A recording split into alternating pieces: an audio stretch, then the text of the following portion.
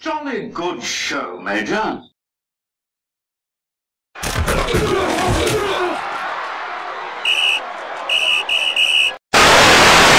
What's going on, TTC? Thank you for joining me on the Proper Conversation, formerly known as the New Rob Report. Your home for Seahawks news and overall NFL TTC talk. As you all know, over these last few seasons, my style of this TTC stuff is not to get on here and talk a whole lot of craziness. I get on there, I try to keep my comments and my opinions as factual as possible, or my comments as factual as possible, and I keep my opinions realistic. You don't see me getting on here and talking a whole lot of crazy stuff. I try to keep things proper, the proper conversation. So here we are. The schedules have been released, and I think that our Seahawks are set to have what I would call an epic year. It's going to be, the foundation is laid for Seattle to have an epic season. And I say epic because what I mean by that is not only do I expect us to win a lot of games, and definitely be right there we're going to be in the conversation for making our third straight Super Bowl appearance. We all have a bad taste in our mouth of what happened, in February. But Seattle, just looking at it without seeing anything happen yet, with the addition of Jimmy Graham, and the core being brought back on both offense and defense, there's really no reason to suggest that Seattle won't be back in the mix. And it's a very real possibility we'll be playing in the Super Bowl for a third straight season. So that's just one piece of it, though. But the epic part of the season really comes into play when we look at the schedule and the team we play. For me, I find that this might be one of the most redeeming seasons, to top it off with the possible Super Bowl berth and maybe even victory. That's why it would be epic. And, we go ahead and, for me, August 29th, let's take a look at the schedule here. August 29th, Seattle's going to come down here to San Diego. I'll be attending that game, which is a big deal for me. Not so much a big deal in the grand scheme of things, just preseason, but I'll be there, rocking out with my Hawk out. But when we get into the regular season, week 2, the Green Bay Packers. Again, this time we're playing in Green Bay in the frozen tundra, even though, it actually won't be that frozen in September, but we'll be playing at Lambeau. This, like I say there, we've had the Fail Mary, we've had the comeback. All right, this is a rivalry that's gaining a whole lot of legitimacy between these two teams.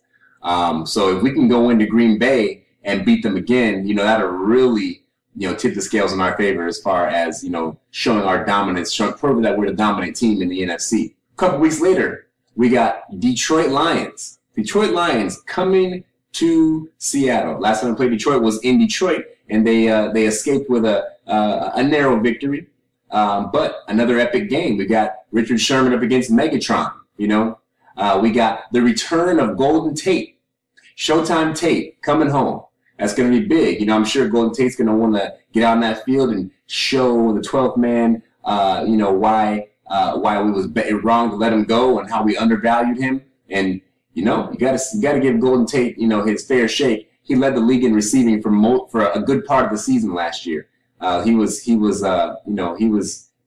great all season long for Detroit last year.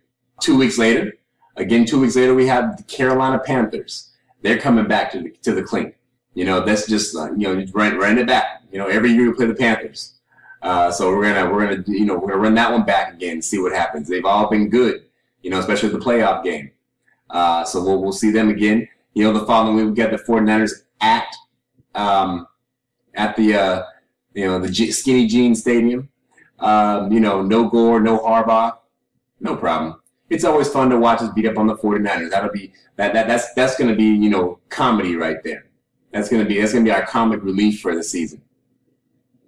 But the third consecutive game there, you see Dallas. We're going to be going to Arlington this year.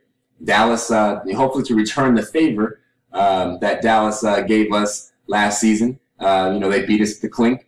But they beat a Seattle Seahawks team that was certainly not playing on firing on all cylinders. And we were a little bit beat up at that point. I don't believe Bobby Wagner was there at that time. It just wasn't the full Seahawks team. It definitely wasn't. Everybody wants to talk a lot about Dallas and about how if they had, if they have given Dez Bryant his catch, people want to argue. I hope that when you argue about the catch, if you guys are going to argue about the catch, argue the correct portion of the argument. Okay, don't argue about whether he caught it or not. Okay, if you want to argue about that catch in that game, what you want to argue about is whether or not the rule should be what the rule is. Okay, argue whether or not the NFL should think about changing the rule. That's the only argument, because there's really no argument about whether he caught the ball or not, because per the rule, he didn't catch the ball. Now, I am in agreement with anybody, and if T. Spence sees this, he might have something to say. And I got buddies on Facebook who might see this when I post there, who might say something. Yes, he caught the ball. Yeah, the ball was in his hands. But per the rule, which they would apply to any other receiver who was in the action of catching the ball and going down to the ground, he didn't catch the ball. He didn't do what he had to do per the rule, and that's why he didn't get the catch. That's it. That's basically it.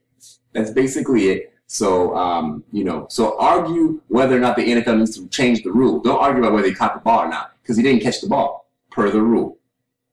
But enough about that. We're gonna go into Arlington and beat them on their own turf. We'll be watching ourselves, score on Dallas on their gigantic big screen HD, monitor they have hanging over the field like a fucking stupid fucking thing. Stupid. Then we got a bye week, a couple other games, and then the other epic game for us this season that I saw as epic is the game against the Pittsburgh Steelers.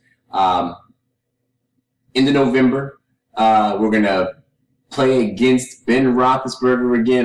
This is gonna be. We've all had a sour taste in our mouth that we've only just been able to get out with the Seahawks' recent success. But every real Seahawk fan, somewhere either in here or in their heart, in their side or somewhere, still holds on to that game that we played in Detroit in Super Bowl XL. And we would love to get that one back. Now, we know it's not going to be played on neutral territory. It's going to be played in our stadium, but it doesn't matter. Just the opportunity to beat Pittsburgh into the ground right there in front of the 12s is going to be huge.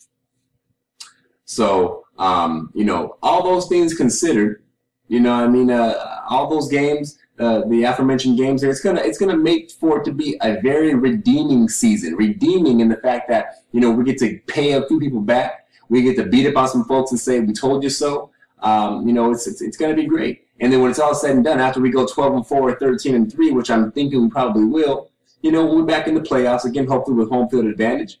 It's not going to be Frisco, that's for sure. And it ain't going to be, I don't think it's going to be Arizona either. So we know it's not going to be the Rams. So I see another division championship this year, obviously.